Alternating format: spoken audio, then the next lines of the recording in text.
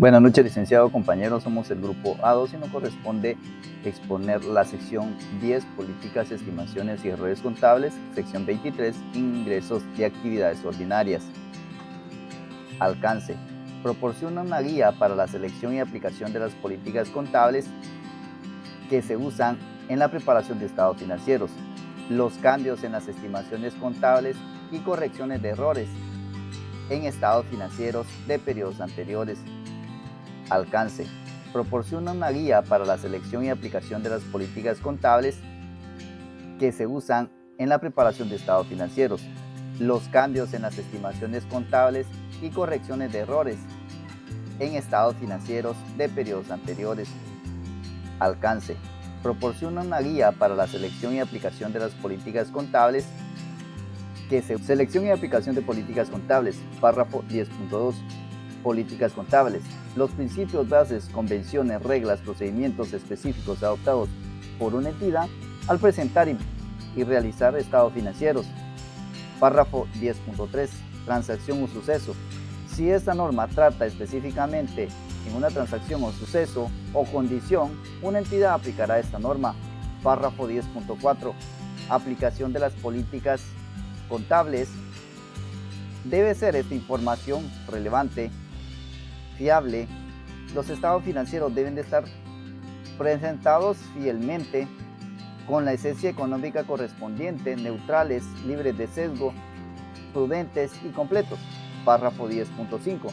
Los principios bases de convenciones, reglas y procedimientos específicos adoptados por una entidad al preparar y presentar estados financieros. Párrafo 10.6. Al realizar los juicios descritos en el párrafo 10.4, la gerencia puede también considerar los requerimientos y guías de la NIF completa, que trata cuestiones similares y relacionadas. Uniformidad en las políticas contables. Una entidad seleccionará y aplicará sus políticas contables de manera uniforme para cada transacción u otros sucesos y condiciones que sean similares, a menos que esta norma requiera o permita específicamente establecer categorías de partidas para las cuales podría ser apropiado aplicar diferentes políticas. Si esta norma requiere o permite establecer esas categorías, se seleccionará una política contable adecuada y se aplicará de manera uniforme a cada categoría. ¿Qué nos quiere mencionar con la uniformidad de las políticas contables?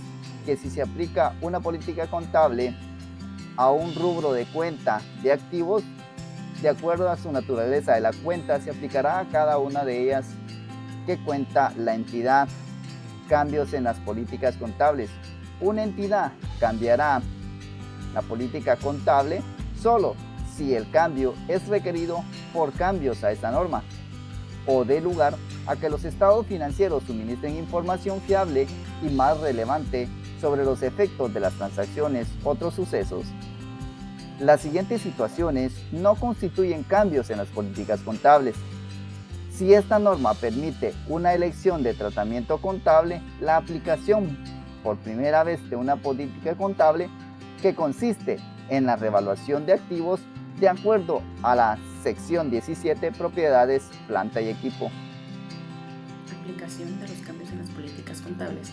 La entidad contabilizará los cambios de las políticas contables como procedentes de un cambio en los requerimientos de esta norma, de acuerdo con las disposiciones transitorias, si las hubiere especificadas en una modificación. Cuando una entidad haya elegido seguir la NIC 39 en instrumentos financieros, el reconocimiento y medición en lugar de seguir la sección 11 de instrumentos financieros básicos y la sección 12 de otros temas relacionados con los instrumentos financieros, y una entidad contabilizará cualquier otro cambio de política contable de forma retroactiva. Aplicación retroactiva. Cuando se aplique un cambio de política contable de forma retroactiva, De acuerdo con el párrafo 10.11 de esta sección, la entidad aplicará la nueva política contable a la información comparativa de los periodos anteriores, desde la primera fecha que sea practicable, como si la nueva política contable se hubiera aplicado siempre, y cuando sea impracticable, determinar los efectos en cada periodo específico de un cambio en una política contable sobre la información comparativa para uno o más periodos anteriores para los que se presente información. La entidad aplicará la nueva política contable a los importes en libros de los activos y pasivos al principio del primer periodo para el que sea practicable la aplicación retroactiva. Información a revelar sobre un cambio de política contable. Cuando una modificación a esta norma tenga un efecto en el periodo corriente o en cualquier periodo anterior o pueda tener un efecto a futuros periodos, una entidad revelará la naturaleza del cambio en la política contable, el importe del ajuste para cada partida afectada de los estados financieros para el periodo corriente y para cada periodo anterior del que se presente información en la medida que sea practicable, el importe del ajuste relativo a periodos anteriores a los presentados en la medida que sea practicable y una explicación en el caso de que la determinación de los importes a revelar de los apartados 2 o 3 no sea practicable. Cambios en las estimaciones contables. Un cambio en una estimación contable en un ajuste al importe en libros de un activo o de un pasivo o al importe del consumo periódico de un activo que procede de la evaluación de la situación actual de los activos y pasivos, así como de los beneficios futuros esperados y de las obligaciones asociadas con estos. Una entidad reconocerá en el efecto de un cambio en una estimación contable distinto de aquellos cambios a los que se aplica el párrafo 10.17 de esta sección de forma prospectiva, incluyéndolo en el resultado del periodo del cambio si éste afecta a un solo periodo, o el periodo del cambio y periodos futuros si el cambio afectase a todos ellos. Información a revelar sobre un cambio en una estimación. Una entidad revelará la naturaleza de cualquier cambio en una estimación contable y el efecto del cambio sobre los activos, pasivos, ingresos y gasto para el periodo corriente. Si es practicable para la entidad estimar el efecto del cambio sobre uno o más periodos futuros, la entidad revelará estas estimaciones. Correcciones de errores de periodos anteriores. Dice que son errores de periodos anteriores todas las omisiones e inexactitudes en los estados financieros de una entidad correspondientes a uno o más periodos anteriores que surgen de no emplear o de un error al utilizar información fiable que estaba disponible cuando los estados financieros para esos periodos fueron autorizados a emitirse y que podría esperarse razonablemente que se hubiera conseguido teniendo en cuenta la elaboración y presentación de aquellos estados financieros.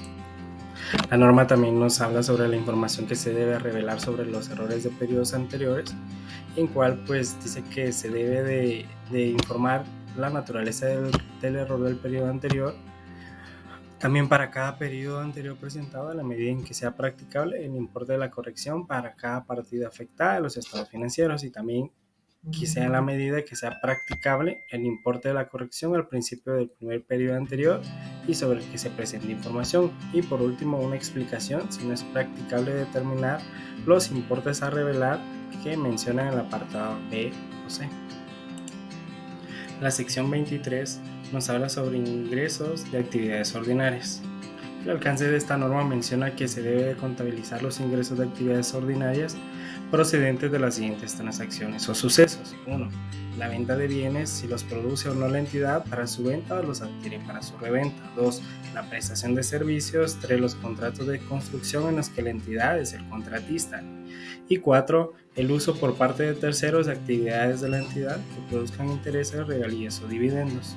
La norma también nos menciona sobre la medición de los ingresos de actividades ordinarias, pues dice que una entidad debe medir los ingresos de actividades ordinarias al valor razonable de la contraprestación recibida o por recibir. El valor razonable de la contraprestación recibida o por recibir tiene en cuenta el importe de cualquier descuento comercial, descuentos por pronto pago, rebajas por volumen de ventas que sean practicados por la entidad. También nos menciona sobre un pago diferido, que estos pues se difieren las entradas de efectivo equivalentes al efectivo si en el acuerdo constituye efectivamente una transacción financiera. El valor razonable de la contraprestación es el valor presente de todos los cobros futuros determinados utilizando una tasa de interés imputada.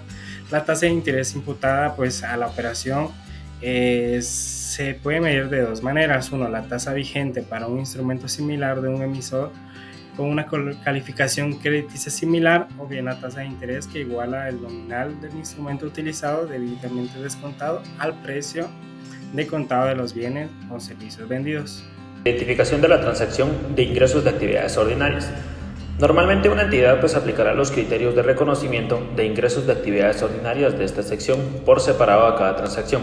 Sin embargo, una entidad pues aplicará los criterios de reconocimiento a los componentes identificables por separado de una única transacción cuando sea necesario para reflejar la esencia de esta. Por ejemplo, una entidad pues aplicará estos criterios de reconocimiento a los componentes identificables de forma separada de una única transacción cuando el precio de venta de un producto incluye un importe identificable por servicios posteriores. Venta de bienes. Una entidad reconocerá ingresos de actividades ordinarias procedente de la venta de bienes cuando se satisfagan todas y cada una de las siguientes condiciones. Primero, que la entidad pues haya transferido al comprador los riesgos y ventajas inherentes a la propiedad de los bienes. Que la entidad pues no conserve ninguna participación en la gestión de forma continua en el grado usualmente asociado con la propiedad, que el importe de los ingresos de actividades ordinarias pues pueda medirse con fiabilidad, también que sea probable que la entidad pues obtenga los beneficios económicos derivados de la transacción y que los costos incurridos o por incurrir en relación con la transacción puedan ser medidos con fiabilidad. Algo que destacar es que los ingresos de actividades ordinarias pues se reconocerán solo cuando sea probable que los beneficios económicos asociados con la transacción fluyan a la entidad. En algunos casos pues esto puede ser no probable hasta que se reciba la contraprestación o hasta que desaparezca una determinada incertidumbre. Prestación de servicios. Cuando el resultado de una transacción que involucre la prestación de servicios pueda ser estimado con fiabilidad, una entidad pues reconocerá los ingresos de actividades ordinarias asociadas con la transacción por referencia al grado de terminación de la transacción al final del periodo sobre el que se informa. Esto puede ser conocido como lo que es el porcentaje de terminación. Contratos de construcción. Un contrato de construcción pues es un contrato específicamente negociado para la fabricación de un activo o un conjunto de activos que están íntimamente relacionados entre sí o son interdependientes en términos de su diseño, tecnología y función, o bien en relación con su último destino o utilización. Generalmente pues los contratos de construcción pues se diseñan o se establecen por un periodo superior a un año. Sin embargo pues es posible que existan contratos de construcción menores a este periodo, pero que también entran en esta definición. Método de porcentaje de terminación. Este método pues se utiliza para reconocer los ingresos de actividades ordinarias, ya sea por prestación de servicios o por contratos de construcción. Aquí pues una entidad pues examinará y cuando sea necesario revisará las estimaciones de ingresos de actividades ordinarias y los costos a medida que avance la transacción del servicio o del contrato de construcción. Continuando con la presentación, hablaremos de los intereses, regalías y dividendos. Una entidad reconocerá los ingresos de actividades ordinarias procedentes del uso por terceros de activos de la entidad que producen intereses, regalías y dividendos. Esto cuando sea probable que la entidad obtenga los beneficios económicos asociados con la transacción y si el importe de los ingresos de actividades ordinarias puede ser medido de forma fiable. De igual forma, una entidad reconocerá los ingresos de actividades ordinarias considerando que los intereses se reconocerán utilizando el método de interés efectivo, que las regalías se reconocerán utilizando la base de acumulación o devengo y que los dividendos se reconocerán cuando se establezca el derecho a recibirlos por parte del accionista. Información general a revelar sobre los ingresos de actividades ordinarias. Una entidad revelará las políticas contables adoptadas para el reconocimiento de los ingresos de actividades ordinarias, incluyendo los métodos utilizados para determinar el porcentaje de terminación de las transacciones involucradas en la prestación de servicios.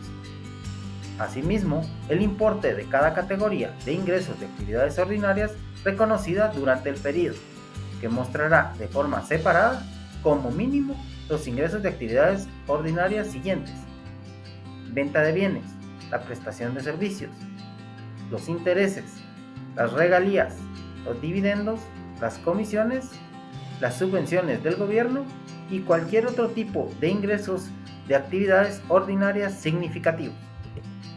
Información a revelar relacionada con los ingresos de actividades ordinarias procedentes de contratos de construcción. Como podemos observar, una entidad debe revelar el importe de los ingresos de actividades ordinarias del contrato reconocidos como tales en el periodo. También los métodos utilizados para determinar la porción de ingresos de actividades ordinarias del contrato reconocidos como tales en el periodo. Asimismo, los métodos usados para determinar el grado de realización de un contrato en proceso. Una entidad también presentará los importes brutos por cobrar a los clientes por contratos ejecutados como un activo. Asimismo, los importes brutos por cobrar a los clientes por contratos ejecutados como un pasivo. Hasta aquí nuestra presentación. Por su atención, muchas gracias.